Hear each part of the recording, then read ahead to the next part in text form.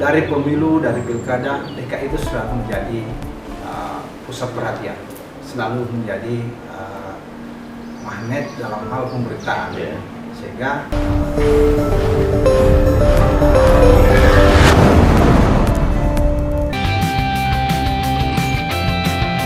Assalamualaikum warahmatullahi wabarakatuh. Salam sejahtera buat kita semua. Salam awas. Sahabat Bawaslu, kembali dengan obrolan santai bonsai Bawaslu Kota Jakarta Timur. Kali ini kami bersama pimpinan Bawaslu Provinsi DKI Jakarta, Bapak Burhanuddin, Koordinator Divisi Pengawasan. Assalamualaikum warahmatullahi wabarakatuh. Waalaikumsalam warahmatullahi wabarakatuh. Gimana kabarnya nih? Baik ini Pak. Alhamdulillah. Apa kegiatan akhir-akhir ini? Ya, menyiapkan sekolah kader pengawasan partisipatif tingkat lanjutan. Oh gitu. Rencananya di Bogor. Rencana di Bogor ya. Ini kan pemilu masih 2024 nih. Selama 2020-2021 nih, kegiatan apa nih belum masuk tahapan Bawaslu? Ya, memang Bawaslu DKI kan selama tidak ada tahapan kemarin ini, kita fokus pada bagaimana kemudian mengajak masyarakat untuk ikut terlibat sebagai pengawas partisipatif. Makanya Bawaslu membuat namanya sekolah kader pengawas partisipatif itu, baik tingkat dasar sampai tingkat menengah dan sampai tingkat lanjutan, sekaligus mensosialisasikan kepada masyarakat tentang keberadaan Bawaslu. Itu yang dilakukan selama tidak ada tahapan. Dari SKPP itu kalau dilihat antusias masyarakat kalangan muda itu seperti apa tuh, Pak Burhan? Ya, kalau SKPP ini kan memang sebelumnya 2020 kan kita sistemnya online. Iya. Itu antusiasnya cukup besar. Itu ada sekitar 1.200 orang yang kemudian mendaftar untuk menjadi peserta. Walaupun di akhirnya memang yang di wisuda itu sekitar 500 orang. 500 orang ya. Tetapi alhamdulillah kita 2020 itu ada 6 orang yang kemudian kita ikut sertakan ke tingkat lanjutan yang dilaksanakan oleh Bawaslu RI yang diikuti oleh hampir seluruh provinsi Indonesia. Di 2021 ini kita kan memang ada SKPP lagi, tetapi sifatnya tetap muka. Sudah offline lah. Offline ya. Itu ada SKPP tingkat dasar yang dilaksanakan di 2 titik, Jakarta Pusat dan Jakarta Selatan. Alhamdulillah juga ini pendaftarnya di DKI Jakarta di SKPP ini itu sekitar 665 orang. Iya.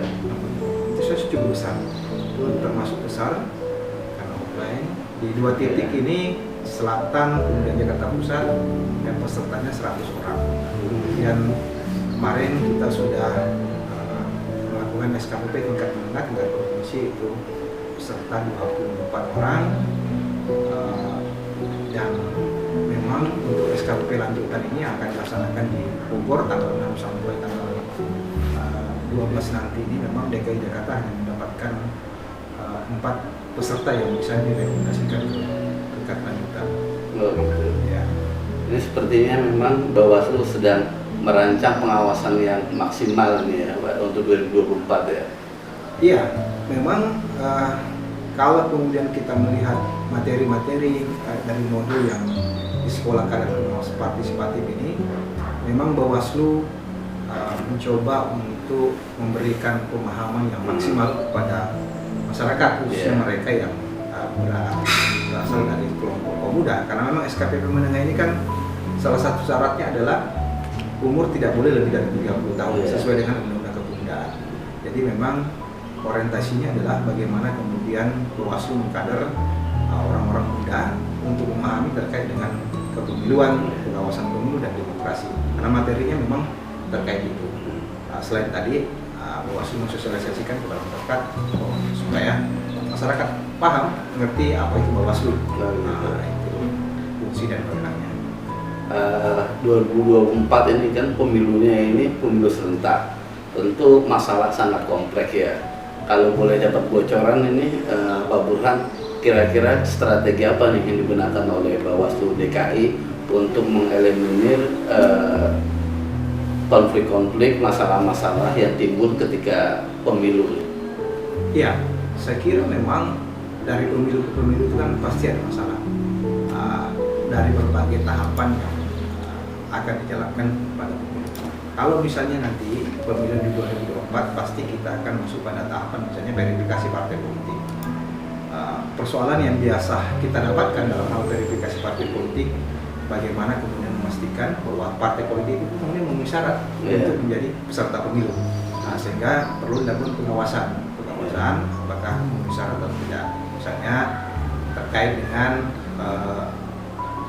kepengurusannya, kantornya dan sebagainya, syarat. Yang kedua terkait dengan daftar pemilih. Ya, ini saya kira yang menjadi fokus pengawasan kita juga, karena kita ketahui bersama dari pemilu ke pemilu, dari pilkada ke pilkada, daftar pemilih kan selalu bermasalah. Kita ingin memastikan itu, pasti itu yang kemudian menjadi juga salah satu fokus pengawasan. Nah, misalnya apakah orang sudah terdaftar, apakah kemudian sudah berumur 17 tahun atau kemudian sudah menikah, sudah terdaftar, atau apakah masih ada TNI Polri yang ada dalam daftar pemilih.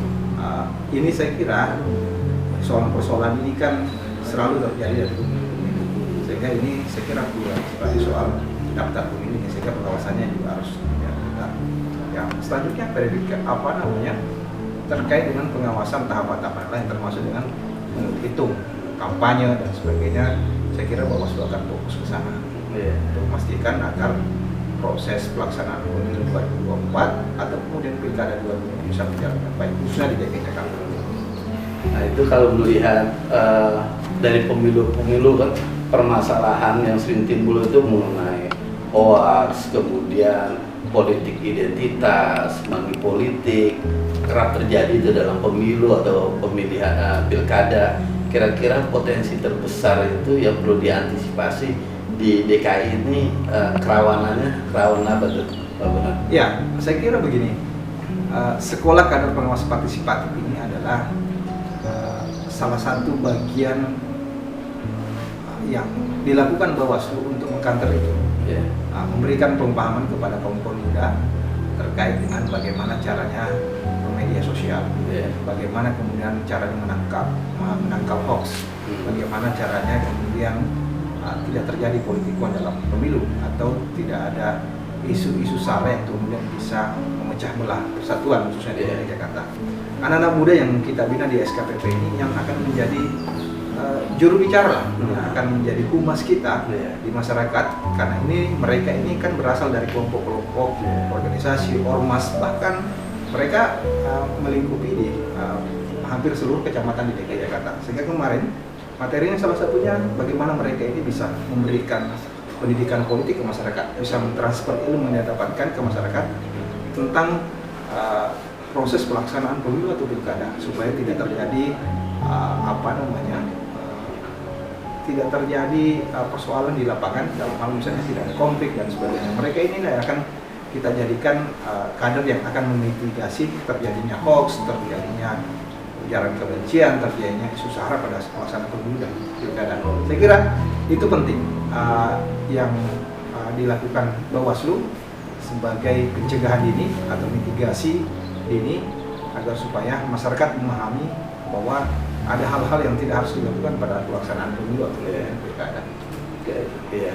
Di samping sudah membentuk kader-kader di tingkat di kecamatan, kelurahan, lalu SKPP, itu memang sepertinya Bawaslu juga perlu berkoordinasi dengan stakeholder ya Pak Burhan, atau dengan pemantau. Nah, kira-kira nanti ini koordinasi atau kolaborasi kita dengan Bawaslu ini dengan pemantau-pemantau pemilu ini seperti apa nih Pak Burhan? Iya, selama ini kan memang Bawaslu selalu melakukan koordinasi dengan stakeholder, baik dengan pemerintah daerah, dengan pihak-pihak kampus maupun dengan teman-teman NGO.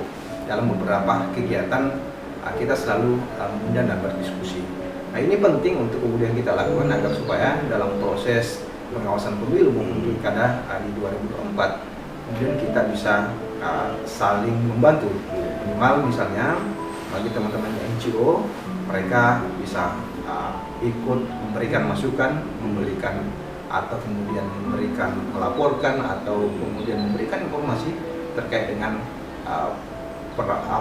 terkait dengan pelaksanaan pemilu di 2004 maupun di pilkada di 2024. Nah, ini penting saya kira saling bersinergi antara lembaga, baik teman-teman NGO, pemantau pemilu, atau stakeholder yang lain, pemerintah daerah dan kampus.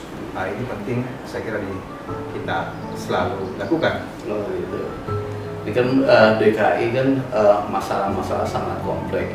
Nah, strategi-strategi yang Bawaslu DKI punya ini yang bisa kita share untuk Bawaslu lain, ini kira-kira apa nih Bang yang bisa kita ambil pelajaran untuk kita kasih tahu kepada orang lain lah.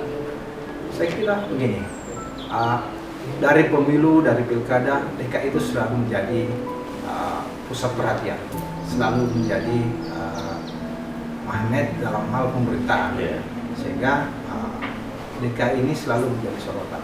Tetapi kalau kemudian kita belajar dari pemilu dan pilkada, setiap selesai pemilu maupun pilkada, DKI aman.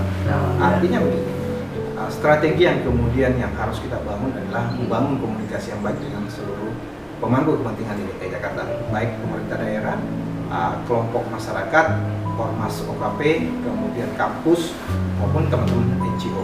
Kalau kemudian itu bisa kita lakukan, kita bisa bersinergi mengawal proses pemilu di DKI Jakarta. Saya kira Jakarta akan sama dengan pemilu dan pilkada ke depan, bahwa setelah selesai perhelatan pesta demokrasi, seluruh pemangku kepentingan bisa bareng dan berkomunikasi, dan tidak ada persoalan yang yang terjadi secara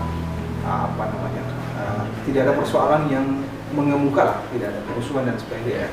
Walaupun dalam proses pelaksanaan pemilu maupun pilkadanya ya riak-riak terkait dengan perbedaan pandangan, perbedaan pilihan politik, itu biasa dalam proses demokrasi. Tetapi endingnya kita berharap ya semuanya bisa berjalan dengan baik, seperti pada saat pemilu dan pilkada sebelumnya. Endingnya semuanya bisa menerima hasil pemilu, dan saya kira Jakarta tetap aman. Nah, itu saya kira komunikasi antara seluruh pemangku kepentingan itu penting.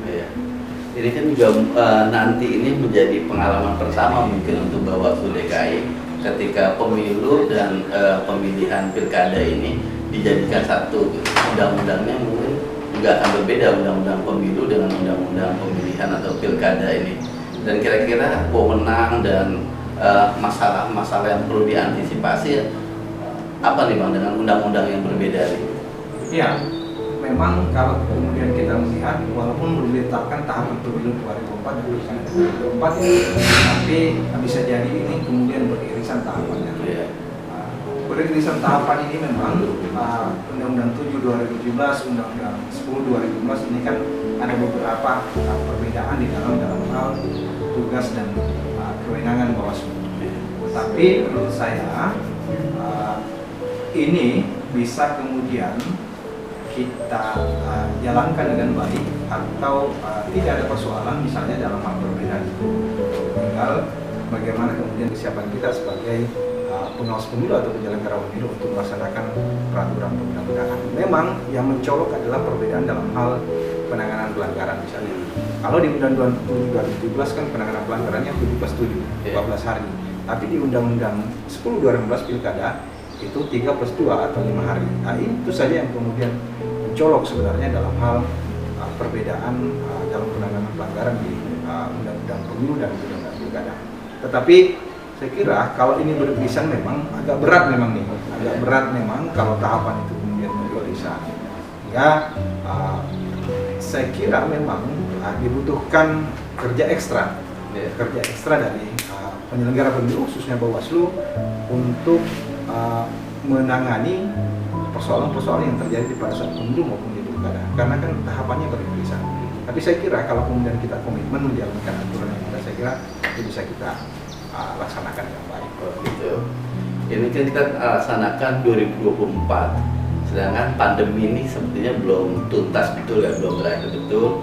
Nah, kira-kira nanti misalnya kita laksanakan 2024, pandemi belum berakhir nih, Pak Burhan, kira-kira Bawaslu sudah mempunyai strategi khusus nggak untuk pengawasan dalam masa pandemi itu? Iya, pandemi memang belum berakhir, tetapi kalau kita melihat sekarang kan DKI Jakarta sudah pada level 2 ya, mudah-mudahan ini kemudian berlanjut sampai level 1 sampai selesai.